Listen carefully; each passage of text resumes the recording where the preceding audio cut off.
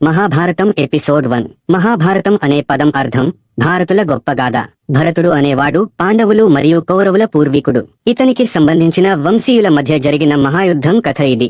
భారత అనే పదం భారతదేశ ప్రజలకు సూచన. అందుకే మహాభారతాన్ని భారతదేశ గొప్ప కథ అని కూడా పిలుస్తారు. మహాభారతంలో ముఖ్య పాత్రలు: వ్యాసుడు, వ్యాస కథను రచించిన మహర్షి.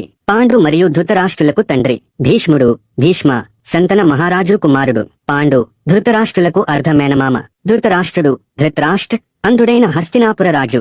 దుర్యోధనుడు ఇతర కౌరవుల తండ్రి. గాంధారి ధృతరాష్ట్రుని భార్య, తాను కూడా కళ్లకు కప్పు వేసుకుంది. కుంతి పాండువుని భార్య. యుధిష్ఠిరుడు, భీముడు, అర్జునుడు మరియు కర్ణుని తల్లి. యుధిష్ఠిర పాండవుల పెద్దవాడు. భీముడు, భీమ శక్తిశాలి పాండవుడు, బలశాలి యోధుడు. అర్జున ధనుర్విద్యలో నిపుణుడు, అత్యంత ప్రతిభావంతుడు. నకులుడు మరియు సహదేవుడు. నకుల, సహదేవ పాండవులలో కవల సోదరులు. ద్రౌపది 5 పాండవుల భార్య, మహాశక్తిమంతురాలైన స్త్రీ. దుర్యోధన్ కౌరవుల నాయకుడు, ప్రధాన ప్రతినాయకుడు. దుశ్శాసన దుర్యోధనుని సోదరుడు, ద్రౌపదిని సభలో అవమానించినవాడు. కృష్ణ పాండవులకు మిత్రుడు, మార్గదర్శకుడు. విష్ణువు అవతారంగా పరిగణించబడే దేవుడు. ద్రోణ పాండవులు కౌరవులకు గురువు. అస్త్ర విద్యలో మహాభారతంలోని మొదటి 2 పుస్తకాలలో పాండు యొక్క 5 కుమారులు మరియు వారి బంధువులైన కౌరవుల మధ్య సంఘర్షణకు దారితీసిన భరతుల కురులు అని కూడా పిలుస్తారు. రాజకుటుంబం యొక్క నేపథ్యాన్ని మనం నేర్చుకుంటాము. ఈ కథను వ్యాస మహర్షి నుండి వచ్చింది.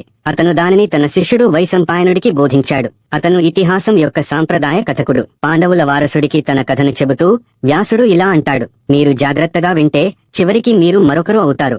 నాటకం. వ్యాసుడు మహాభారతం అంతటా అరుదుగా కనిపిస్తాడు. సలహా ఇస్తాడు మరియు పాండు మరియు ధృతరాష్ట్రుడికి కూడా తండ్రి అవుతాడు, నేర్పించినవాడు.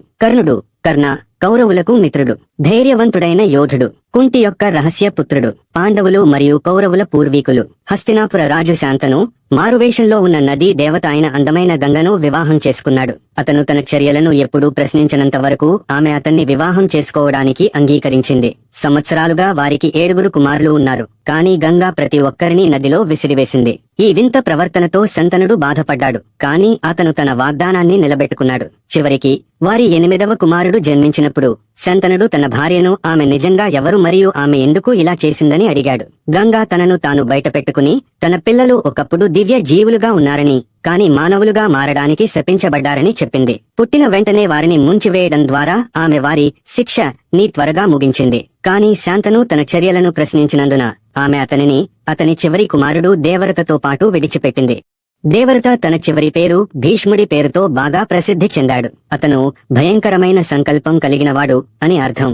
అంటే ఎప్పటికీ వివాహం చేసుకోనని లేదా పిల్లలను కననని ప్రతిజ్ఞ చేసిన తర్వాత అతని తండ్రి అందమైన సత్యవతిని మునుపటి సంబంధం నుండి వ్యాసుని తల్లి మళ్లీ వివాహం చేసుకోవాలనుకున్నాడు. వివాహం యొక్క షరతులు ఏమిటంటే ఆమె ఏదో ఒక రోజు రాజుకు తల్లి అవుతుంది. తన తండ్రి కోరికలను గౌరవిస్తూ భీష్ముడు తన ప్రతిజ్ఞ చేస్తాడు. అతను లేదా అతని కుమారుడు సింహాసనాన్ని అధిరోహించరని హామీ ఇస్తాడు. సంవత్సరాల తరువాత భీష్ముడి సవతి సోదరులలో ఒకరు యుద్ధంలో మరణిస్తాడు మరియు మరొకరు వివాహం చేసుకునేంత వయస్సు పొందుతారు. తన సవతి సోదరుడి తరపున భీష్ముడు 3 సోదరీమణులను అపహరించి వారందరితో పోరాడుతాడు. ఇంటికి తిరిగి వచ్చినప్పుడు సోదరీమణులలో ఒకరైన అంబ ఇప్పటికే ఒక వరుడిని ఎంచుకున్నాడని తెలుసుకుంటాడు. భీష్ముడు ఆమెను విడిచిపెట్టడానికి అనుమతిస్తాడు. కాని ఆమె నిశ్చితార్థం చేసుకున్న భార్య ఆమెను ఇకపై కోరుకోవడం లేదు.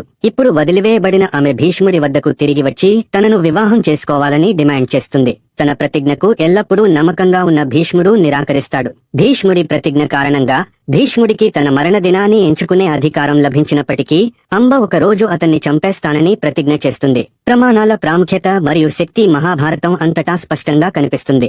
ఒకసారి చెప్పబడిన తర్వాత ఒక ప్రతిజ్ఞ సత్యంగా మారుతుంది మరియు ఏమి జరిగినా అది నెరవేర్చబడాలి.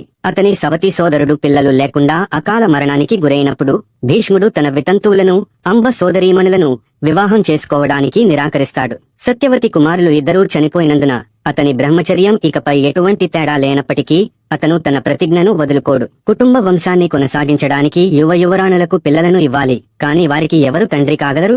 కుటుంబంలో భీష్ముడు తప్ప వేరే పురుషులు లేరు, మరియు అతను స్త్రీలను త్యజించాడు. కాబట్టి సత్యవతి తన మొదటి కుమారుడు వ్యాసుడిని 2 యువరాణులకు పిల్లలను ఇవ్వమని అడుగుతుంది. అతను వారి వద్దకు వెళ్తాడు, కాని యువరాణులు అతన్ని ఇష్టపడరు, ఎందుకంటే పేదరిక ప్రతిజ్ఞ చేసిన సన్యాసిగా అతను మురికిగా మరియు దుర్వాసనతో ఉంటాడు. వారిద్దరూ ఒక కొడుకును కంటారని అతను వారికి వివరించాడు. అయితే మొదటి యువరాణి అతనిని చూసినప్పుడు కళ్ళు మూసుకున్నందున మొదటిది అందంగా పుడుతుంది, మరియు రెండవ యువరాణి అతని స్పర్శకు పాలిపోయినందున రెండవది తెల్లగా ఉంటుంది.